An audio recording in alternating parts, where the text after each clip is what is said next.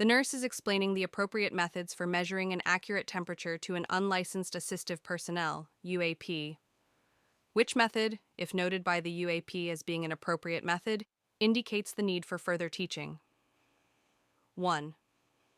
Taking a rectal temperature for a client who has undergone nasal surgery. 2. Taking an oral temperature for a client with a cough and nasal congestion. 3. Taking an axillary temperature for a client who has just consumed hot coffee. 4. Taking a temporal temperature on the neck behind the ear for a client who is diaphoretic.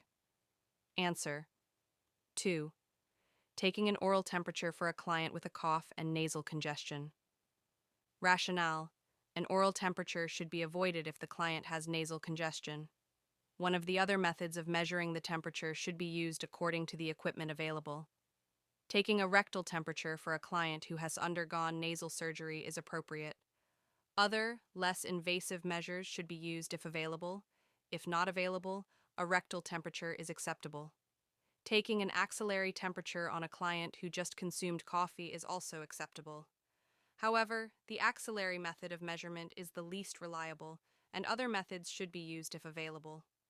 If temporal equipment is available and the client is diaphoretic, it is acceptable to measure the temperature on the neck behind the ear, avoiding the forehead. Test-taking strategy. Note the strategic words, need for further teaching.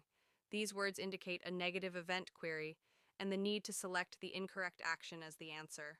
Recall that nasal congestion is a reason to avoid taking an oral temperature, as the nasal congestion will cause problems with breathing while the temperature is being taken.